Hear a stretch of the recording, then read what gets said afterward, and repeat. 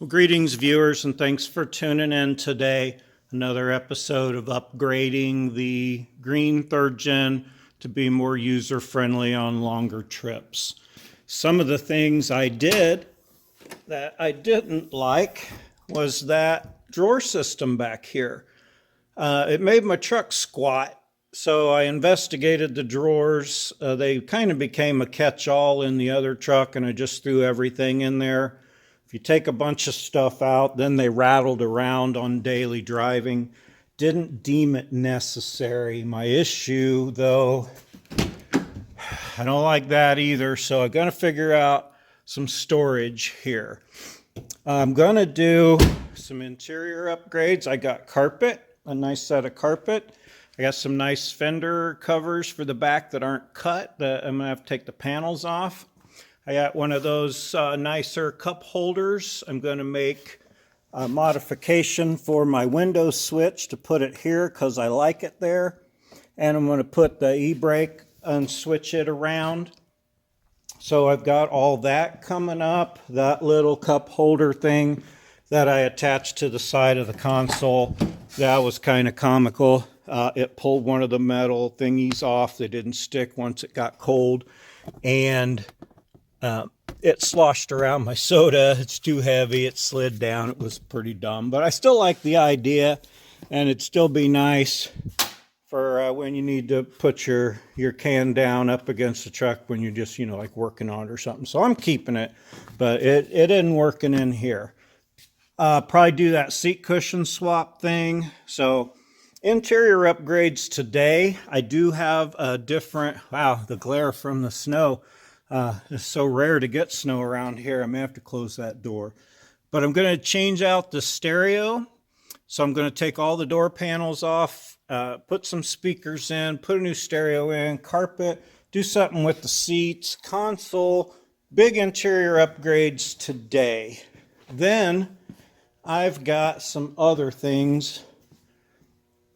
Instead of my cheapy stereo, I'm going to put that in today. I got new power stop brakes, new drums and shoes for the rear, new rotors and pads for the front. I got, the emergency brake rebuild. I got one side of my emergency brake working, but I ordered this kit from Dorman. It's a complete emergency brake rebuild kit, so we're going to go through that. I'm going to go through that and show you when I get to that part. Today is going to be inside. I got me some of these LED headlights, traded some parts for them with the guy. He said they were great. I don't know, we'll see. I'm going to plug them in, find out. I got even a better upgrade on my power stop pads and rotors for this truck. So in addition to all of that, in the trail gear box, I bought a piece of Diff Armor. And I was gonna steal their ideas and make this, but there was no freaking way for 49 bucks that I could make this. This is the e-locker guard, rock guard, to protect the factory e-locker. So I'm going to put this on. All this is coming up later. I'm looking at interior upgrades today. So I'll hit on the high points as I tear stuff apart, modify this a little bit, and see where it goes from here. Thanks for tuning in. Rambling too long already, but I'll try and cut this as short as possible. Sure do appreciate everybody. Check out the links in the description and like and subscribe, and I'll try to remember that I already said that, and it'll be out of the way. Okay, so I tried to get some of that glare blocked. I'm going to have to take this plastic piece off here to get my radio out. I'm going to be taking my seats and everything else out, so I'm going to have to find a place to put all my stuff. Don't forget to shut your dome lights off before you get started, because you'll run your battery down. You just grab this thing in the middle, give it a little pull. Don't forget to grab your AC button. It comes out. That, again, just held on by those 4 clips, so it just pops out of there. There's one screw here. There should be another screw up there. I didn't realize that till I took somebody else's dash apart and found it.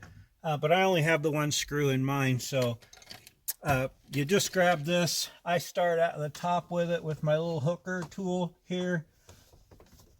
Get behind it. Give it a yank. That gets it started. It's all push fasteners, so it isn't hurting it to come apart like that. I'm not going to need that cord for the radio, for the next radio, because I got a Bluetooth unit. It's a cheapie, but all it needs to do is stream music. You grab this piece here at the base and just lift up. Once that's moved back a little bit, then you can get this out. Don't forget to undo all your switches. I'm going to do those real quick and get that out of the way, and then get the radio out. Okay, so you got 3 plugs at the top. Remember, you don't have to label them because they'll only go back in one place. Then you got your light to your ashtray, your light to your lighter or power port, and the plug for your power port there at the bottom. These are 8s. There's 4 8s here. I'm going to go grab my 8 and pull those out real quick. Okay. Just 4 fasteners there. And, of course, it's got the correct kind of plugs, which I ordered for my new unit too, so that you can use all the factory Toyota plugs. It's the best way to go by far. Audiophiles will probably scoff at the cheap head unit that I bought, but I've never been much on spending big money on car stereos because they're out in the weather and such, and I don't know, I don't put that much into it, I guess. One of my friends said it best: I don't have ears good enough for quality stereo equipment. So I just bought a cheap, highly rated, but very cheap unit from Crutchfield, and I'm going to feel good about it when I'm streaming my music from my music players from Pandora and from my phone. So hang on while I move some more stuff out of the way. This piece here around the shifters, I'm not going to remove it completely because once I get the console out of the way, it's not a problem. There's those 2 screws on the side right here that come out on either side, and then there's a couple of 10s down in the bottom that need to come out. You have to unplug the rear heat, which you couldn't see back there. I'm going to get this out of the way. Maybe pull these bolts. You just take the 414s out to get the seats out, and I'll be ready to move forward. If you've got the rear heat, like this one does, you got to pull that little knob off that is on your adjuster. Once you got all your bolts loose, slide this back over the lever. Then with both your shifters, like your 5-speed shifter forward and your 4-wheel drive shifter, like in 4 low, you can slide this forward and get it off around your e-brake. Okay, so I'm gonna, because I like my window button down here, I'm gonna see if I can't make me a little bracket and put that button back down in there on that other console that doesn't have room. So we'll get to that in a minute. Be careful of your plugs. There's a little bolt on the end of your e-brake cable here. You can just undo that with your impact. That will slide out. I'll show you when we switch the handles. When I switch the handle from the one that's straight to the one that's on the side. Get to that. You can unplug your light for your emergency brake. Get that out of here. Get these seats out of here. Have more room. Of course, get your front bolts while your seat is forward or back, and then slide it forward to get your bolts in the back. Everything's coming out of here except the rear seats and the carpet behind them. You can't even see what I'm doing. Anyway, just buzz them out. I'm taking this vinyl floor out because I don't want to leave it under there, but I think I'm going to leave the insulation for it. And then you get all this stuff out of here. This is going to be one of my biggest issues. I may have to go with the drawer system and just deal with the noise, or make it smaller so it holds less or something. I don't know. I'll pull them seats, get them bags out, get this vinyl floor out of here, move along. And once you get the seats out, of course you have to remove these pieces here that slide gently backwards. You remove those and keep and reuse those. There's the screws in these seals that you have to take out. And then these will just, once the seal is out, they just kind of pull this way and they come out. Then I'll be ready to get this out and move all those bags to the back. I'm going to have to take them panels loose to put the fenders in. I don't know if I'm going to do that today or not. Maybe. Might try to work around it. We'll see. But anyway, get all these up next and get this vinyl out of here. All right. With all the seats out and that damn vinyl floor out. Man, I hated that vinyl floor. Some people might have better luck with it. Maybe a real good quality one instead of the cheap one that I got. But anyway, I'm going to leave the insulation that came with it down. I don't think that'll hurt anything with my stock carpet. Before I put the carpet in, I'm going to change this out. There's 4 bolts. The lighting's kind of poor here, but there's 4 bolts. I'm going to pop this out, take the cable out of it, bring the other one over here and see what it takes to put that in. So there's only 2 bolts you have to remove. Look just like the other lever, I think. The one there and the one there. I got to finish, get the other 10 off of there. That frees my cable up, and then I can let that cable out of there. All right, once you get this piece out, the bolt off the top, I'm not sure if this is the best way to release this cable, but I just bend that tab just a tiny bit. Did you see that tab there at the bottom? I just bent that tab down. It's easier to get the cable out that way. Now these 2 units, fortunately, look like they're going to bolt up in exactly the same place as the other one was and just be at an angle. I bet I need this cup out of the other truck though. Let me go grab that out of the other truck. Hold on. Well, okay, it turns out you don't have to change that little cup down there. Once I went over and looked at the other vehicle, I thought, well, that's exactly the same.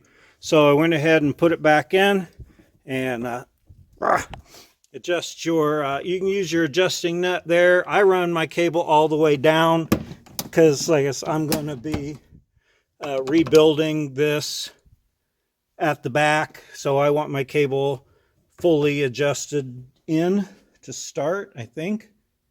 Not sure. I might have to back that off some. We'll see when I get back to that part. It's easy enough to do even from when the console is in. So switching this brake over for the different console with the drink holders is literally as easy as 2 bolts and swapping the cable. You don't have to do the cup.